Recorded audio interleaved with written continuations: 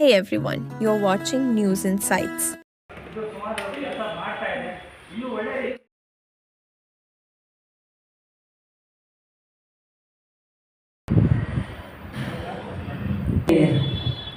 बापू दोई स्वामीजिಗಳು ಆಮ್ಲೇಚ್ ಮಾರ್ಗೈ ಸ್ವಾಮೀಜಿ ಅವರ ಪಾದಾನ ನವಣಕರ ಆಮ್ಲೇಚ್ ಬೋನ್ ಮಾರ್ ಭಾई बनकर एक टाइम तो भाई शारदाबाई आमलेच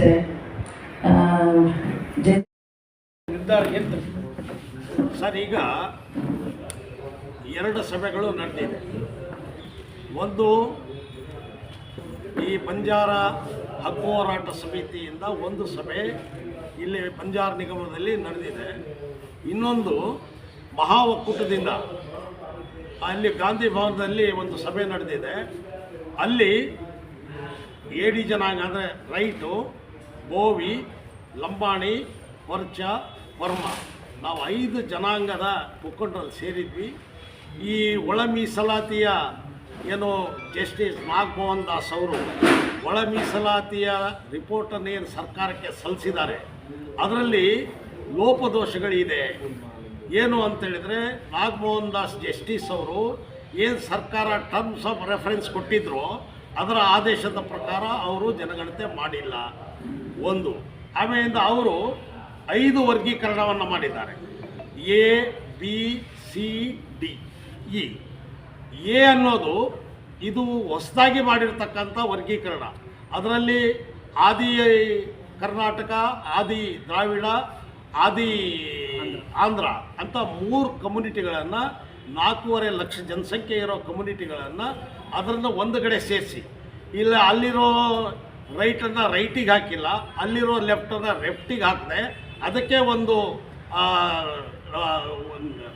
ಗುಂಪನ್ನು ಮಾಡಿ ಅದರ ವರ್ಗೀಕರಣ ಎ ಅಂತ ಇಟ್ಟಿದ್ದಾರೆ. ಅದಕ್ಕೆ 1% ಕೊಟ್ಟಿದ್ದಾರೆ. ಬಿ ಅಂತ ಹೇಳಿದರೆ ಲೆಫ್ಟು, ಮಾದಿಗ ಕಮ್ಯುನಿಟಿಗೆ 6% ಕೊಟ್ಟಿದ್ದಾರೆ. ಆಮೇಲಿಂದ ಸಿ ಅಂತ ಹೇಳಿದರೆ ರೈಟು, ಚಲವಾದಿ ಕಮ್ಯುನಿಟಿಗೆ 5% ಕೊಟ್ಟಿದ್ದಾರೆ. ಡಿ ಅಂತೇಳಿದರೆ ಲಂಬಾಣಿ, ಬೋವಿ, ಕೊರ್ಚ, ಕೊರ್ಮ, ಈ ಅಷ್ಟು 4 ಕಮ್ಯುನಿಟಿಗೆ 4 ಕೊಟ್ಟಿದ್ದಾರೆ. ಮತ್ತು ಅದಕ್ಕೂ ಹಿಂದುಳಿದಿರ್ತಕ್ಕಂಥ ವರ್ಗಕ್ಕೆ 1 ಕೊಟ್ಟಿದ್ದಾರೆ. ಈಗ ಸುಪ್ರೀಂ ಕೋರ್ಟ್ ಕೊಟ್ಟಿರ್ತಕ್ಕಂಥ ಜಡ್ಜ್ಮೆಂಟ್ ಏನು ಅಂತೇಳಿದರೆ, scheduled caste it is not a homogeneous, it is a heterogeneous ಇರೋದ್ರಿಂದ ಇಲ್ಲಿ ಒಳ ಮೀಸಲಾತಿ ಮಾಡೋದು ಅನಿವಾರ್ಯ ಅಂತ ಸುಪ್ರೀಂ ಕೋರ್ಟು ಅವರು ಜಡ್ಜ್ಮೆಂಟ್ನಲ್ಲಿ ಹೇಳಿದ್ದಾರೆ. ಇಲ್ಲಿ ನಾವು ವಿ ಆರ್ ನಾಟ್ ಹೋಮೋಜೀನಿಯಸ್ ಅಂದರೆ, ನಾವೆಲ್ಲ ಹೆಟ್ರೋಜೀನಿಯಸ್ ಅಂತ ಹೇಳೋದಾದರೆ, ಈ ಟಿ ಇದೆ ಅಲ್ಲ, ಬೋವಿ, ಲಂಬಾಣಿ, ಕೊರ್ಚ, ಕೊರ್ಮ, ಮತ್ತು ಇವ್ರು ಹೇಗೆ ಹೋಮೋಜೀನಿಯಸ್ ಆಗ್ತಾರೆ? ಇವ್ರು ಹೆಟ್ರೋಜೀನಿಯಸ್ ತಾನೆ. ಹೆಟ್ರೋಜೀನಿಯಸನ್ನು ನೀವು ಹೋಮೋಜೀನಿಯಸ್ ಅಂತೇಳಿ ಒಂದು ವರ್ಗಕ್ಕೆ ಹೇಗೆ ನೀವು ಇದನ್ನು ಸೇರಿಸ್ತೀರಿ? ಸೊ ಇದು violation of supreme court judgment. ಅದಾದ ಮೇಲೆ ಇವರಿಗೆ ನಾಗಮೋಹನ್ ದಾಸ್ ಜಸ್ಟಿಸಿಗೆ ಒಳ ಮೀಸಲಾತಿಯ ಗಣನೆಯನ್ನು ಮಾಡಿ ಸರ್ಕಾರಕ್ಕೆ ವರದಿಯನ್ನು ಸಲ್ಲಿಸಿ ಅಂತ ಇವರಿಗೆ ಹೇಳಿರೋದು. ಆದರೆ ಇವರು ವರ್ಗೀಕರಣ ಮಾಡೋ ಅಧಿಕಾರ ಯಾರು ಕೊಟ್ಟರು ಇವರಿಗೆ? ಮೀಸಲಾತಿ ವರ್ಗೀಕರಣ ಮಾಡೋ ಅಧಿಕಾರ ಮೋಹನ್ ದಾಸ್ ಜಸ್ಟಿಸಿಗೆ ಯಾರು ಕೊಟ್ಟರು?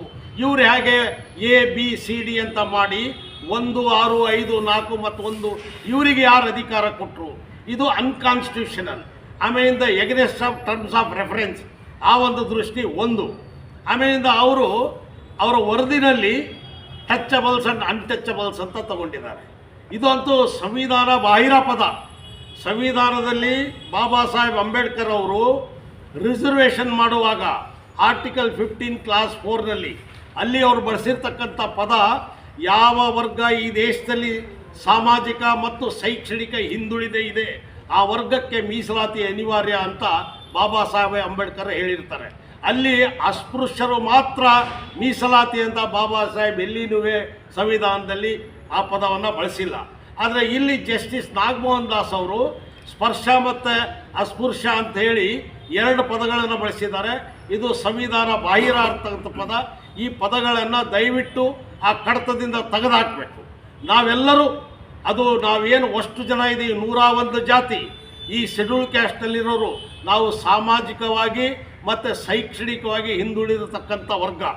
ಆರ್ಥಿಕ ಅಂತ ಅಲ್ಲಿ ಬರೋದಿಲ್ಲ, ಆರ್ಥಿಕ ಬರೋದಾದರೆ ಈ ದೇಶದಲ್ಲಿ ಎಲ್ಲರೂ ಆರ್ಥಿಕ ಹಿಂದುಳಿಕೆಗೆ ರಿಸರ್ವೇಷನ್ ಬರ್ತಿದ್ರು. ಆ ಒಂದು ದೃಷ್ಟಿಯಿಂದ ನಾಗಮೋಹನ್ ದಾಸ್ ಮಾಡಿರೋ ಮೊದಲನೇ ತಪ್ಪು, ಅವರು ಟರ್ಮ್ಸ್ ಆಫ್ ರೆಫರೆನ್ಸನ್ನು ಉಲ್ಲಂಘನೆ ಮಾಡಿದ್ದಾರೆ. ಎರಡನೇದು ಸ್ಪರ್ಶ ಅಸ್ಪೃಶ್ಯ ಅಂತ ಕೋಟ್ ಮಾಡಿದ್ದಾರೆ. ಮೂರನೇದು ಅವರೇ ವರ್ಗೀಕರಣ ಮಾಡಿದ್ದಾರೆ. ಈ ವರ್ಗೀಕರಣ ಮಾಡೋ ಅಧಿಕಾರ ಅವರಿಗೆ ಯಾರು ಕೊಟ್ಟರು? ಅದಕ್ಕೆ ನಾವು ಸರ್ಕಾರಕ್ಕೆ ಮನವಿ ಮಾಡ್ಕೊಳ್ತಾ ಇದ್ದೇವೆ, ನಾವು ಮುಖ್ಯಮಂತ್ರಿಯವರಿಗೆ ಮನವಿ ಮಾಡ್ಕೊಳ್ತಾ ಇದ್ದೇವೆ. ಈಗೇನು ಹಿಂದೆ BJP ಸರ್ಕಾರ 6, 5.5, 4.5 ಅಂತ ಕೊಟ್ಟಿದ್ರು, ಅದರ ಒಳಗಡೆ ಈಗ 5.5 AD ಕೊಟ್ಟಿದ್ರು. ಈಗ ಇವರು ಜಸ್ಟಿಸ್ ನಾಗಮೋಹನ್ ದಾಸ್ 5 ಕೊಟ್ಟಿದ್ದಾರೆ.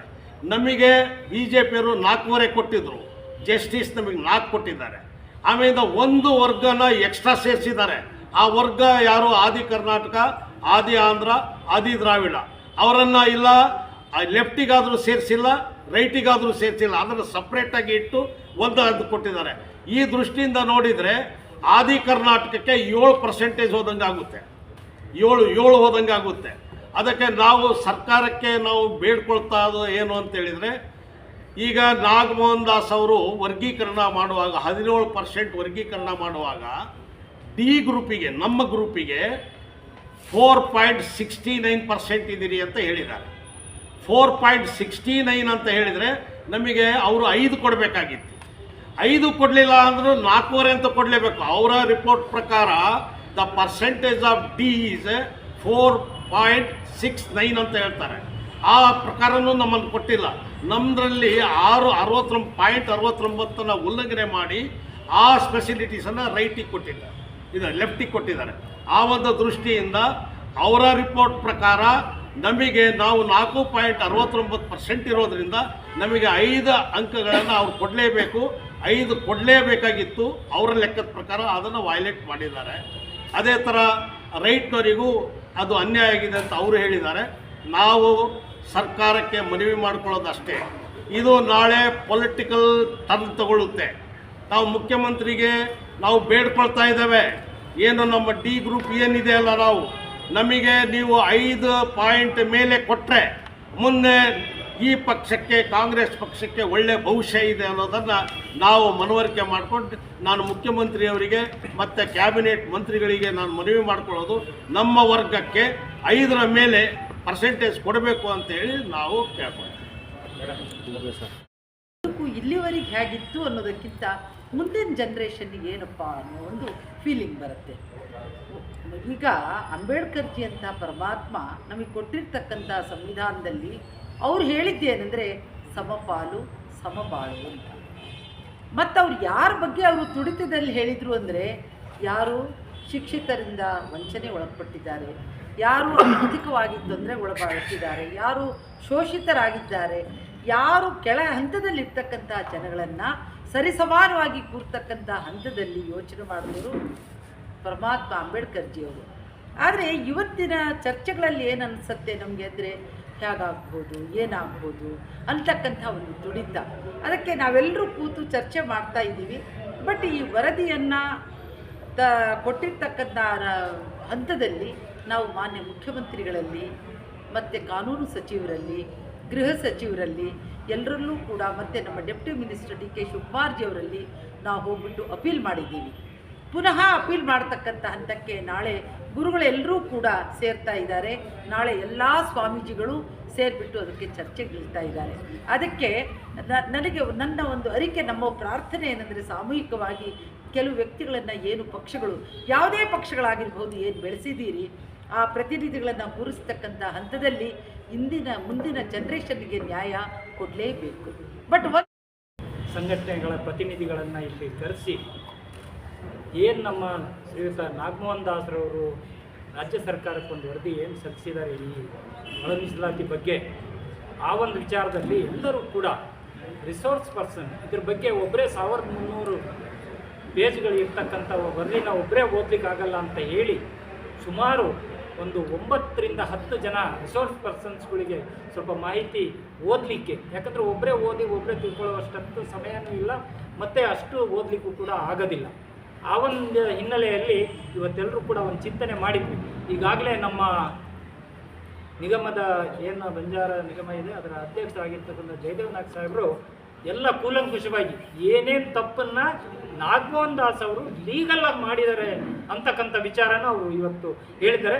ಮತ್ತು ವರದಿಲಿ ಯಾವ ಥರ ಅವರು ಬೇರೆ ಬೇರೆ ಹೊರಗಡೆ ಕಡೆಯಿಂದ ತೆಗೆದುಕೊಂಡಂಥ ಮಾಹಿತಿಗಳ ಆಧಾರದ ಮೇಲೆ ಕೆಲವೊಂದು ನಿರ್ಣಯಗಳನ್ನು ಬರೆದಿದ್ದಾರೆ. ಅದರಲ್ಲಿ ಭಾಳಷ್ಟು ಅದರಲ್ಲಿ ನಮ್ಮ ಒಂದು ಸಮಾಜಕ್ಕೆ ಈ ಒಂದು 4 ಜಾತಿಗಳಿಗೆ ಏನು ಬರೆದಿದ್ದಾರೆ ಅವರು ಅದು ಪೂರ್ತಿ ನಮಗೆ ಪೂರಕವಾಗಿಲ್ಲ, ಮಾರಕವಾಗಿದೆ. ಅದಕ್ಕೆ ಏನು ರಾಜ್ಯ ಸರ್ಕಾರ ನಾಳೆ ನಿರ್ಣಯ ತಗೊಳ್ತೋ ನಾವು ಈಗಾಗಲೇ ಸುಮಾರು ತಿಂಗಳಾನುಗಟ್ಟಲೆ